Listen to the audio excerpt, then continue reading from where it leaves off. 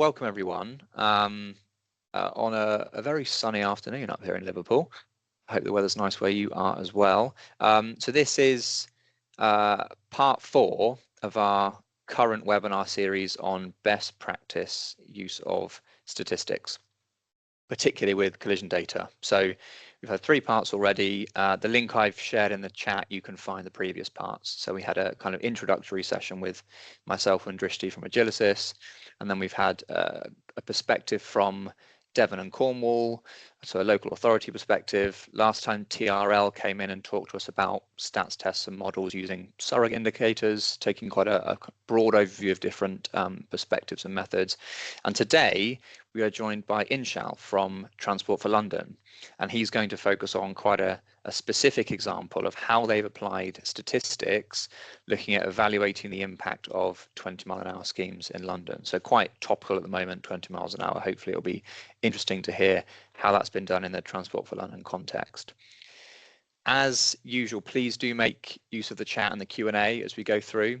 So expecting that the presentation today will be around about half an hour. There's plenty of opportunity afterwards for questions. So I said last time in the last webinar that we'd set up the Q&A today as more of a general thing as well, to give you a chance to ask any questions that you've had throughout this series, or any burning questions you have in general about statistics and collision data. So please do put those in the Q&A throughout, or when we get to the end, jump them in then. And also, of course, any questions that you have throughout the presentation that we can direct to Inshal at the end in terms of this research and specific application, please do put those in the Q&A as well. Okay, in which case, Inshal, I'll hand over to you for your presentation. Thank you. Thank you very much. Hi, everyone. Just to introduce myself, my name is Inshal. I work at Transport for London as a principal data analyst. So I've been in this role for about 2.5 years, and I do have a background of software engineering and data science. So this presentation is more for focus on statistical evaluation of 20-mile-per-hour schemes. I know previously from TFL we have covered a few presentations about 20 mile per hour, as well as we did published the results of the 20-mile-per-hour analysis as well this year. So on this one, I would be talking a bit more about the control group and the statistics bit of this analysis as well. So I think what's important for this analysis is I do give you a bit of a background why we did this analysis and the reasons behind it. So just to give you a background, Vision Zero is the mayor's ambition to eliminate deaths and serious injuries on London roads. It recognizes that while human error is inevitable, death and serious injuries are not. So we do have a few pillars in there, and one of the main pillars we would be focusing on this session is the safer speeds.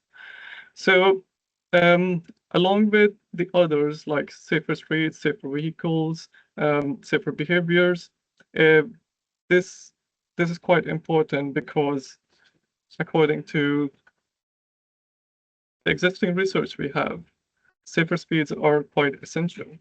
So speed affects the likelihood of the severity of the collision. So according to the existing research we have, a pedestrian is 5 times more likely to be killed if hit at 30 mile per hour versus 20 mile per hour. So every 1 mile per hour speed reduction in urban area sees about 6% reduction in collisions. So in the past, TFL has done a few analyses on TLRN side of roads, which saw 24% reduction. But those sections of road consist of about 5% of total London road network. So it was quite a small chunk compared to what we have done recently. So checking the progress of London in delivering 20 mile per hour, if you see the map on the left side, and that's 2016 versus 2023 on the right side. So in 2023, we have about like 50% of London road network, which has 20 miles per hour. And that's a quite big jump. And what was needed was we needed a bit more research into this and see like if it actually makes a difference in London or not. So in order to explain this a bit further in terms of like London road structure, London has 33 local authorities which are responsible for their own roads. TfL controls only 5%, which we call TLRN. So borough roads do carry most of the traffic within London. That's people walking, cycling, and the local traffic as well.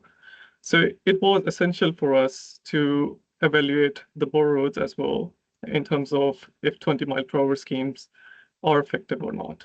We wanted to understand what their impact is. So the objective of this analysis was to see the effectiveness of the 20-mile-per-hour schemes across the borough roads. We wanted to see the impact of schemes on collision, the fatalities, and KSIs on borough roads. Impact on the people who walk, cycle, and motorcycle as well as children was quite important for us. And the other thing we need to figure out was to have a very good control group as well to see the background trends and collisions and casualties, because in London, background changes a lot, varying throughout the years. We have seen kind of a reduction in collisions and casualties if we see like a bigger view within London. But for this kind of analysis, we needed a very equivalent sort of like control group that kind of tell if these schemes actually did make a difference or not.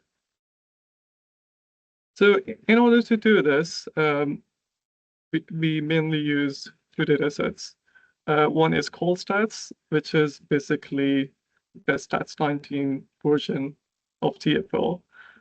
So it's quite similar, and it gives us details about collision and what resulted in a personal injury, how it happened. We do get like location of each collision and casualties as well. So it's like a TfL-based app we have. Within CallStats, we do have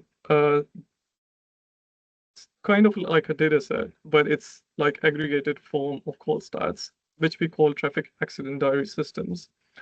So it kind of like records details of different schemes, safety schemes. So it could be different kinds of scheme other than 20 mile per hour, like railroads sort of schemes, speed bumps, or I mean, those kinds of safety schemes. Everything is in there. So it kind of like covers when the scheme was designed, when it was approved, when it was implemented, and gives you like a breakdown of collision casualties as well as containing the other categories as well, like for pedestrians, cyclists, and motorcyclists. So it gives you like a breakdown of each of them. So coming to the control group, to make it a fair comparison, sort of like with the 157 schemes, which we analyzed for 20 mile per hour analysis. So TADS is kind of designed in a way where we have 3 years before and 3 years after the implementation sort of stats in there. So in order to have like a very equivalent control group, we created control group based on the same months and year. And basically we gave it a weightage by the number of schemes that happen within a certain years, because there might be different years within London, like 2005 is an example, where lots of 20 mile per hour schemes started appearing in London. So we have adjusted weightages according to that. So just to give you a bit of a fair idea, so TADS is basically we are analyzing schemes that were implemented in 1989 to 2013. But it is not just limited to those years, because we are also analyzing 3 years before and 3 years after as well. So we might be analyzing from 1986 to 2016. similar to all borough roads we have analyzed. And a few people might be thinking, why did we limit it to 2016? Why didn't we check the most latest one around pandemic and the other years? The reason is because the severity definition was changed in 2016 by London police. So it's kind of like categorizing how would you categorize serious severity in there. In order to avoid that, we limited it until 2016, but there are not too many schemes since then. So we did go ahead with these years for this analysis. Now, coming to the other question people might be thinking is, why do we need background adjustments? And we think it's essential because collision numbers can change due to different reasons. So it could be the network changes, infrastructure upgrades as well. One thing you might not see on the slides is the changes in terms of vehicles as well. Vehicles are a lot more safer now since 1989 in terms of design as well. We see sort of a difference in mode shift as well.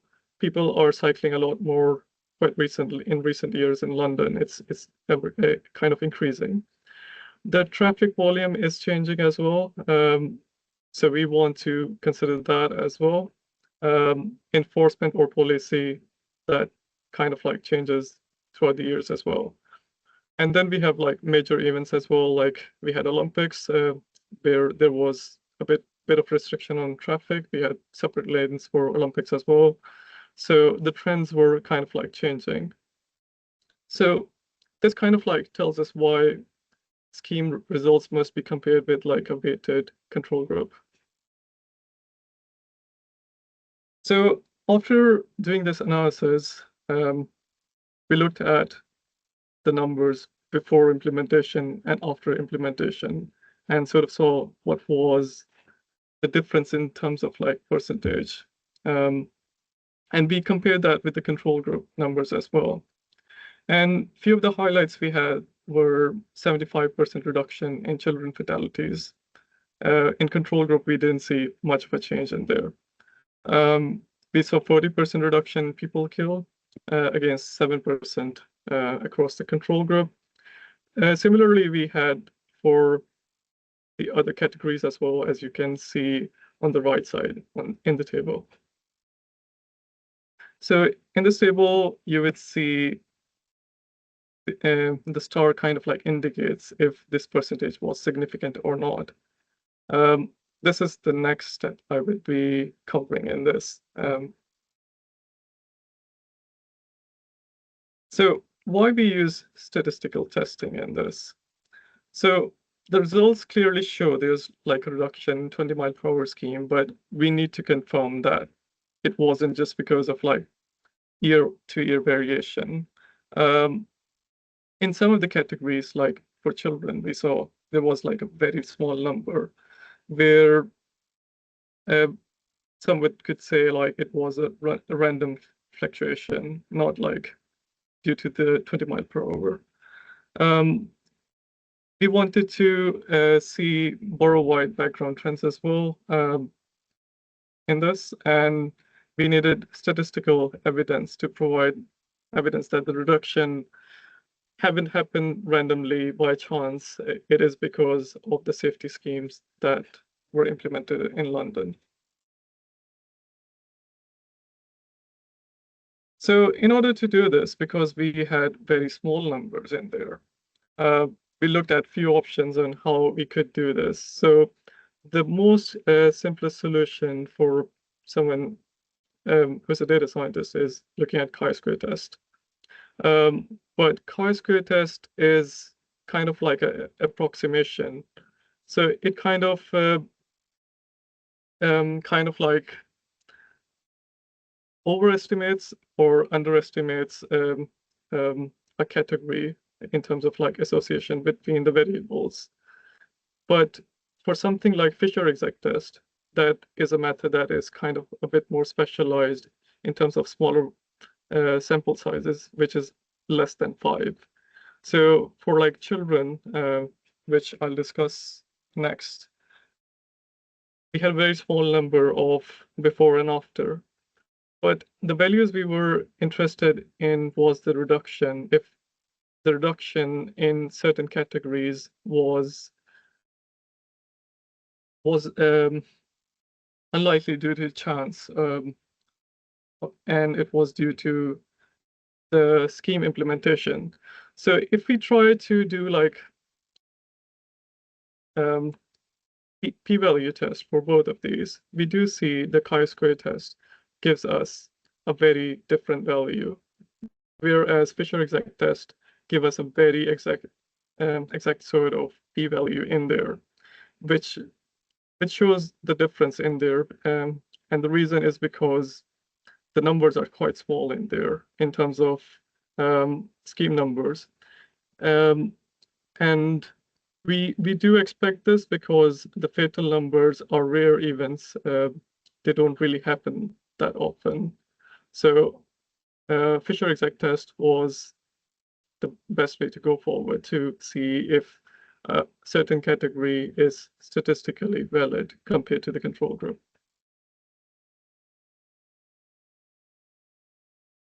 Now in this analysis, we do have some limitations as well in terms of call stats.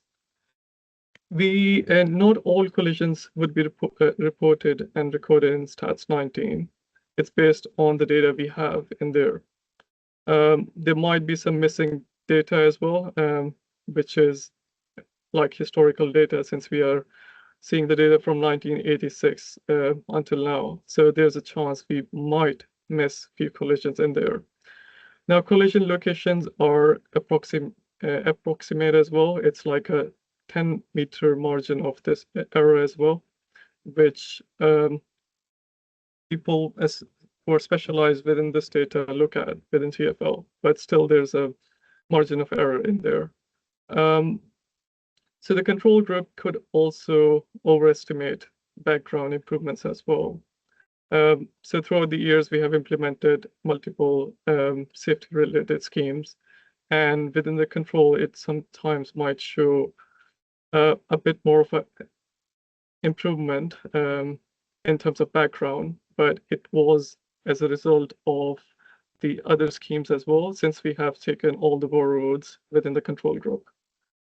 So some categories have naturally low numbers, which is kind of statistically limiting power. So within the table which we have published, we have also made sure that we have mentioned the tables, the categories where we haven't really got much of a statistically sort of validation in there. So just to conclude this analysis, the analysis showed that 20-mile-per-hour schemes in London led to a substantial and statistically significant reduction in collision casualties. We saw in some certain categories, like for children, there was a massive decrease, as well as the total collisions and casualties as well in London. We had a control group for this as well. Fisher exact test provided us with accurate significance testing for rare events as well, especially for categories such as fatal and KSIs as well. So it does demonstrate, our findings do demonstrate that 20-mile-per-hour schemes do deliver benefits with evidence as well, which is kind of like supporting London's Vision Zero goals as well. Thank you. I'll take some questions. Great. Thank you, Inshal. I've definitely got a few questions. If any of you have questions, please do put them in the Q&A. Can't see any yet, but I'm sure people do. Right, I'll fire away with a few then, if you don't mind first. So you mentioned you had 36 months of before and after data for each of the schemes. In terms of the amount of time that we use for before and after data, 36 months or 3 years is often kind of chucked around as being quite a good length of time to use. In terms of sample size, statistical power, etc. But from your side, why did you pick that time period in particular? So the TADS dataset is kind of like designed in a way already that takes 36 months before and 36 months after. And we thought in terms of statistics, it's a quiet time period, just like you mentioned. And the data we had in terms of like accuracy within TFL, we know is from 1986 as well. So if a scheme got implemented in 1989, which is the first scheme we personally know that is in TADS data, it kind of really fit as well in terms of analyzing the data. So 3 years before and after kind of like checked all of the cover boxes, actually. That's the reason. Okay. Question from Axel. Could you please explain the Fisher's exact test in more detail, especially how this can help with analysis of small numbers and data sets? Because obviously you said you looked at the Fisher's exact test, you looked at chi-squared. I guess in your thought process, it sounded like you quite quickly jumped into, oh, okay, I need a chi-squared test or a Fisher's exact test here. So maybe if you can talk us through that thought process and then a bit more about the Fisher's test and why that was particularly useful. So I wouldn't go into like definition because it's I can't think of it at the top of my mind. But if you look at Fisher exact test versus the chi-square test, chi-square test is really good if your values are more than 5. But for something with very small values like we had in this this analysis, which was less than 4, which I did mention in this presentation, chi-square test is like its name, it's quite exact in terms of p-value. So it doesn't do overestimating or underestimating of a p-value. It gives you the very exact one. So if your value is less than 4, it's ideal to use a Fisher exact test. When I looked at doing the statistics related test in this, the reason it was important for us was because we wanted to see if the reduction we have got compared to the control group is kind of statistically valid or not.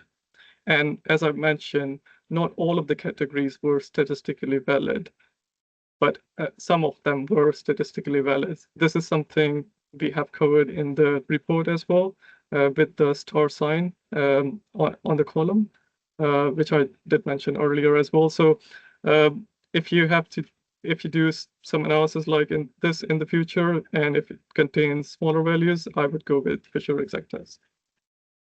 Great, thanks, Inshal. Yeah, and just to add a bit from my side as well, I mean, chi-squared or Fisher's exact test, when you've got those smaller numbers, they leap out as being the obvious choice when you've got a 2x2 table, like Inshal was presenting. So if you've got a situation where you've got a control group and then you've got a treatment group and you've got before and after figures, then you've got yourself a 2x2 table.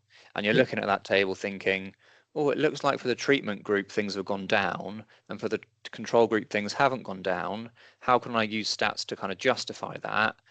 That's where these kind of tests really come into their own.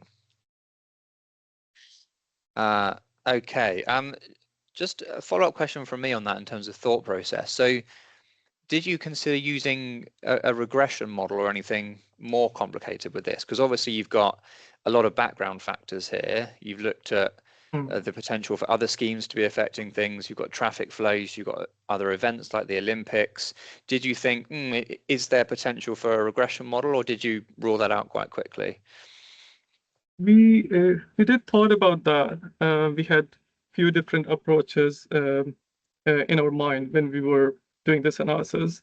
So this analysis wasn't just like something that was done in a couple of months, actually.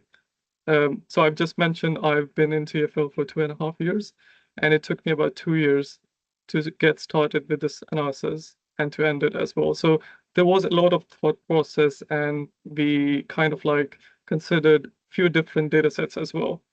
So we did thought about the regression one as well, but in terms of solution, we thought maybe it's better if we go with a simple solution in here, which is statistically valid as well. Cool. Okay. Question from Natalie. How widely are 20-mile-an-hour limits enforced across London, and what threshold do you operate at? If you know that, obviously you're on the analyst side, but if you know that information. Yeah, I don't know. This is probably a question for the compliance team. I know it's a quite important factor in terms of like 20 mile per hour, and it kind of, like I did mention earlier, it kind of like varies a lot as well. So probably it's a question for somebody in TFO who works in CPOS. But yeah, sorry. Oh, that's expected. Yeah. But I guess that question does touch on something on the stat side as well, in that if you know that some of the 20-mile-an-hour limits have been enforced really strongly and others haven't, is that then a fair comparison? And is that something that you thought about at all?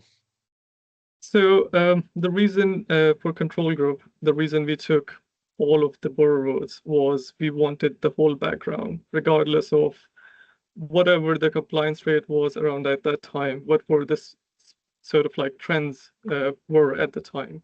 We wanted sort of like the natural sort of weightage in terms of this analysis. I would have really liked that if we did have some sort of data like that, but what we are analyzing currently is going back to 1986, and we didn't really had any information like this.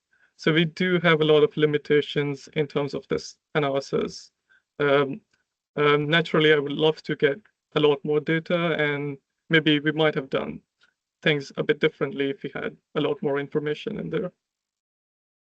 Sure, that makes sense. And maybe just building on that idea then of more of a gold-plated kind of solution. You said obviously with this analysis you're going back to 1986. There were obviously limitations in terms of the data that you had access to because of that. If you had access to the perfect kind of data sets and you could set this up in a way that you really wanted to in terms of that robust analysis before and after, thinking to maybe what's next in terms of evaluation of 20 mile an hour in London, what kind of things would you like to see or do differently to what was done for this kind of 30-year kind of snapshot piece? I mean, personally, if I did get data, like perfect data, let's say, I would have really liked the complete locations of each and every scheme. So within this data, there's another limitation. We don't really know where the scheme actually started, where exactly it finished, like on a map.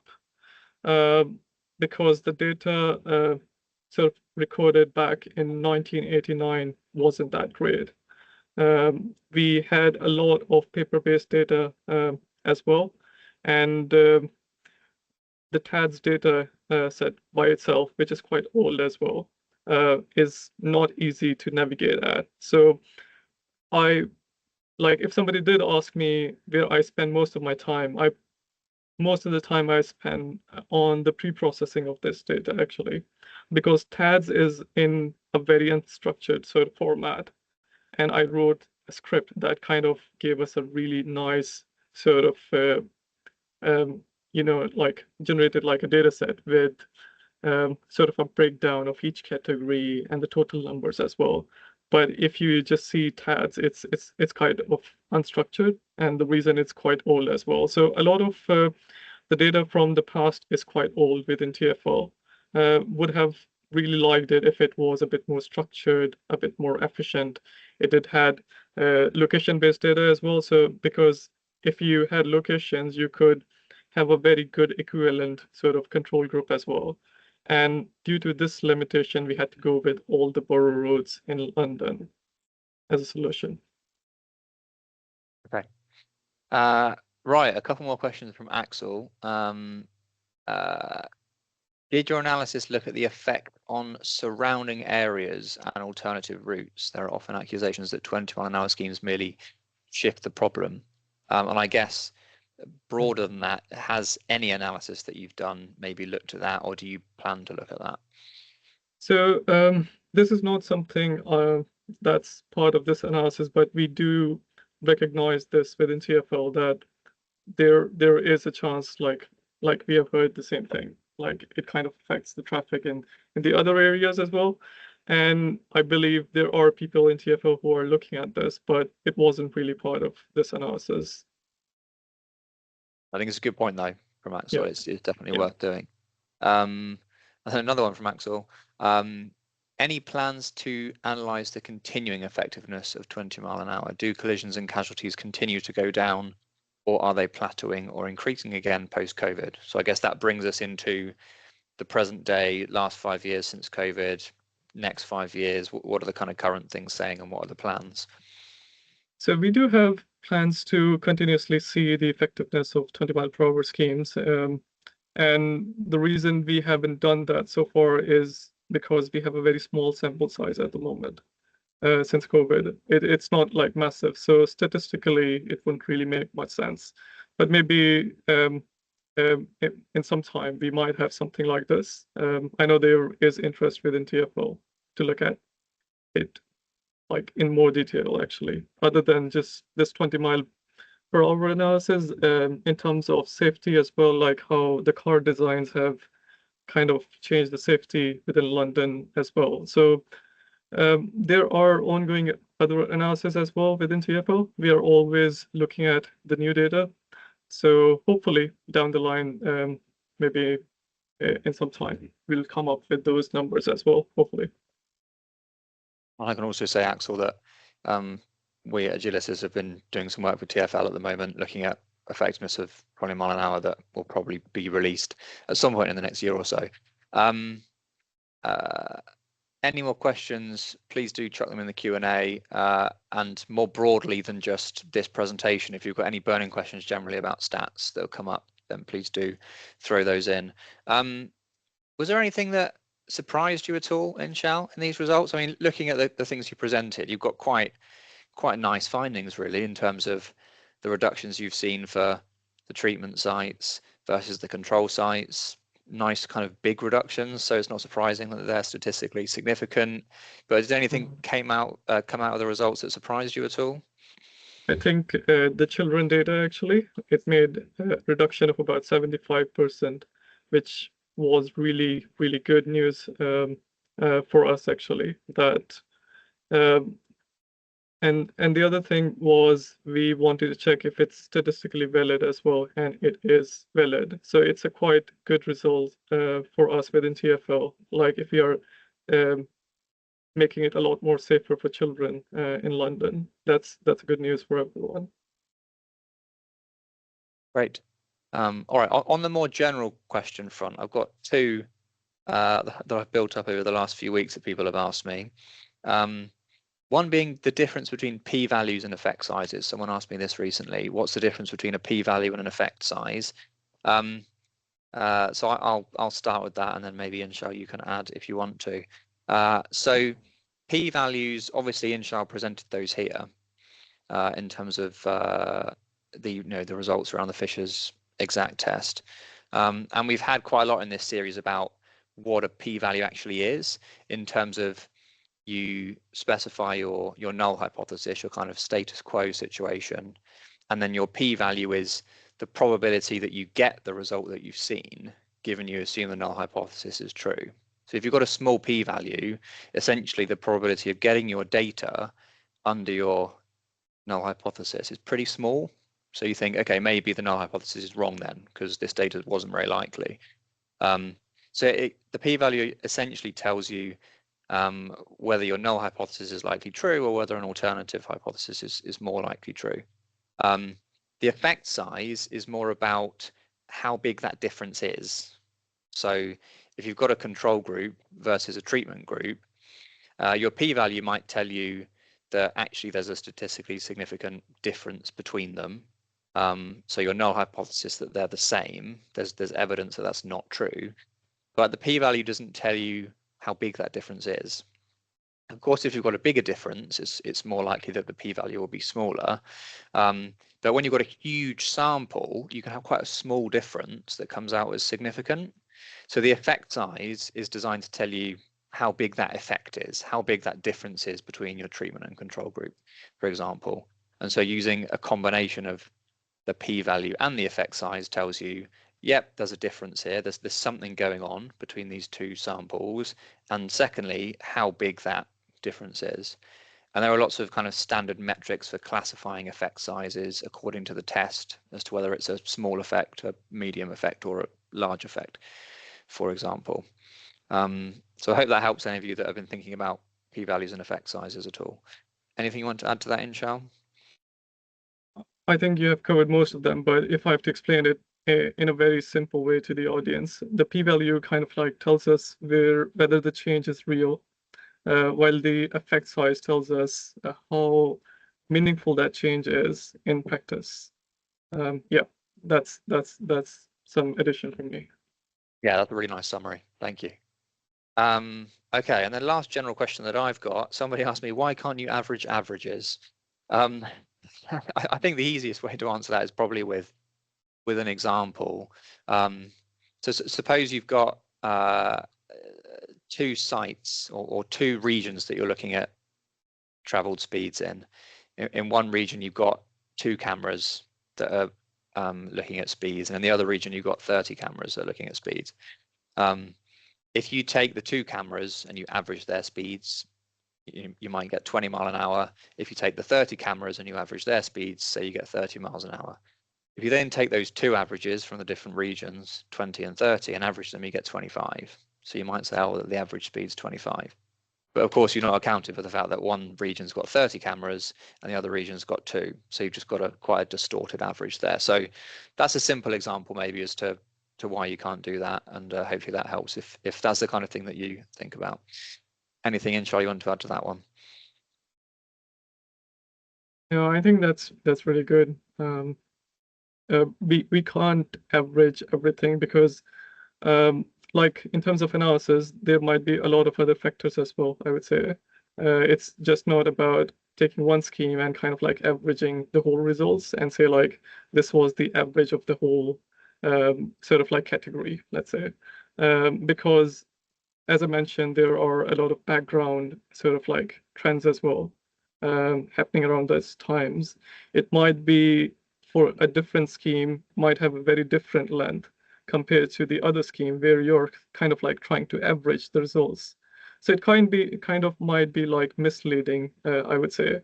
So yeah, those are my thoughts. Thanks, okay. Not seeing anywhere in the Q&A. So one last question from me then, maybe before we wrap up. So what did using statistics for this work give you on top of just presenting the results? Because obviously the results themselves, there are fairly big differences. And if I'm maybe a policymaker, for example, looking at that, figuring out whether 20 mile an hour has had much of an impact, then I might say, well, it looks like there's a pretty big difference in terms of the control sites and the treatment sites. So what did using a Fisher's exact test and putting statistics on top of those differences you were seeing, how did that enhance your results? So I think it gives us a bit more confidence as well when we are talking about numbers, especially when we are publishing these figures to the public. It's quite important for us to make sure that whatever we are communicating to the public is statistically valid as well. And in terms of the control group, because control group was quite big, it was London-wide borough roads, whereas these schemes were like 157 schemes in different times of London. So we wanted to do like a comparison, sort of like a control, where we could say like if it did actually make a difference or not, or was it just a sort of like a random sort of result that we got. So in terms of confidence, it gives us a lot of confidence as well. And I would say like for other companies out there as well, or maybe other data analysts or data scientists watching this, it's quite important to do statistics when you kind of like publish these results somewhere out there. So yeah, those are my thoughts. Great. And I mean, this is something that Drishti and I discussed in part 1 of this series, the usefulness of having stats on top of your results, because you can have a bar graph that looks exactly the same as another bar graph, but one might be statistically significant and one might not be, for example, because of the sample size. So having that on top gives you that certainty that actually there's something going on in your data and it's not just due to random chance. Okay, a question from Jill. I think this is going to mean you're going back a few slides, inshallah, if that's okay. So slide 13, the table for the Fisher's exact test. Could you explain that in a bit more detail and what was meant by the control group in this case? So the numbers you see over there is reduction and after. So we are not looking at before and after. Maybe a few people might have thought about that. So we are not interested in that. We want to see if the reduction that took place and for analysis and control was statistically valid or not, if there was if it actually did make a difference or not. So the numbers you see on top are like for the analysis one, you see the reduction of 3 and after is 1. So in terms of the schemes, we had 4 before numbers and 1 after. So that is the sort of like reduction we got for this category in terms of analysis.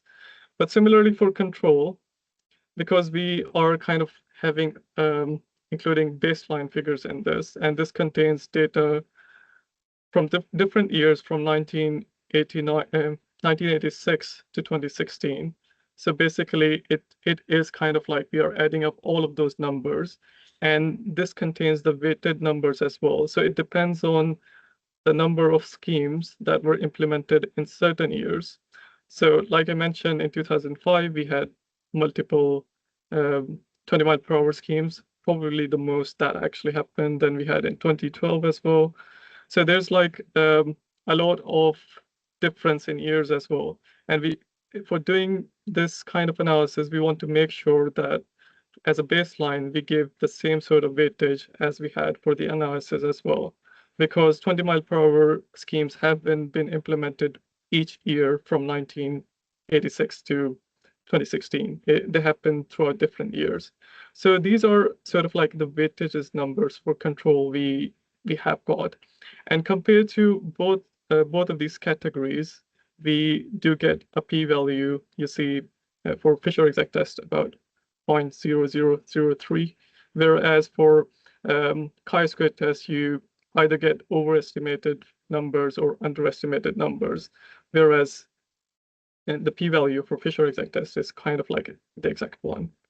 So this is just showing you an example because children was one of the categories we were thinking about when we kind of implemented Fisher exact test, because it's a very small value and it is supposed to be small because fatalities are kind of like rare events, especially if you're looking into categories, certain categories like children as well. So yeah, that's my answer. Cool, thank you. If anyone does want to read up on this in a bit more detail in terms of the analysis that you've done and the methodology that you've kind of put forward here, is there a link that you could put in the chat, or is there somewhere you could point people to a report or something? We do have published the 20 mile per hour report as part of publication at TFL. So you could read a bit more about this analysis and the methodology in a bit more detail over there.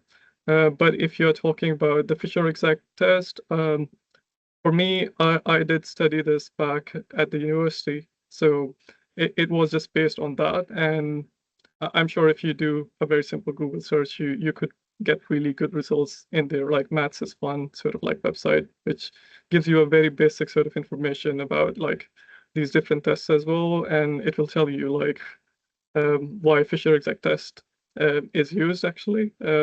So I think that might be very useful. Right.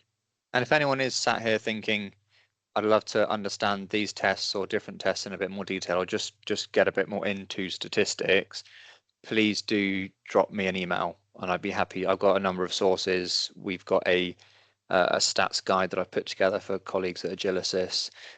So I've got a lot of links and things that might help people. So please don't be shy. Drop me an email. Happy to have a conversation about what might be useful within your organizations. Okay, I'm not seeing any more questions. And I'm sure everyone is super busy this time of year anyway, so I won't keep you any longer. I've run out of my questions. Thank you very much, Inshal, for that presentation. Really interesting and nice to hear about a real world important example in terms of applying some statistics to generate some evidence around the road safety scheme. So thank you very much for your time. Thanks for joining us, everyone else. Yes, noted. I will drop me an email, and that's probably the easiest way to share it. Yeah, thanks everyone for your time today. Part 5 of this series is going to be in a couple of weeks' time, and we're going to be joined by National Highways for part 5, who are going to talk through some of their methods in terms of analysing collision data and putting some robust statistics on top of that. So that should be a really nice one to round off this series. As I already said, any questions on stats, or if you want to get stuck into statistics a bit more, if what you've heard over this series has kind of inspired you to do that, or if you still have lots of questions, please do send me an email. I'd love to get that conversation started and to help you to get some more of these methods embedded within your work. Otherwise, stay safe, see you next time, and yeah, cheerio.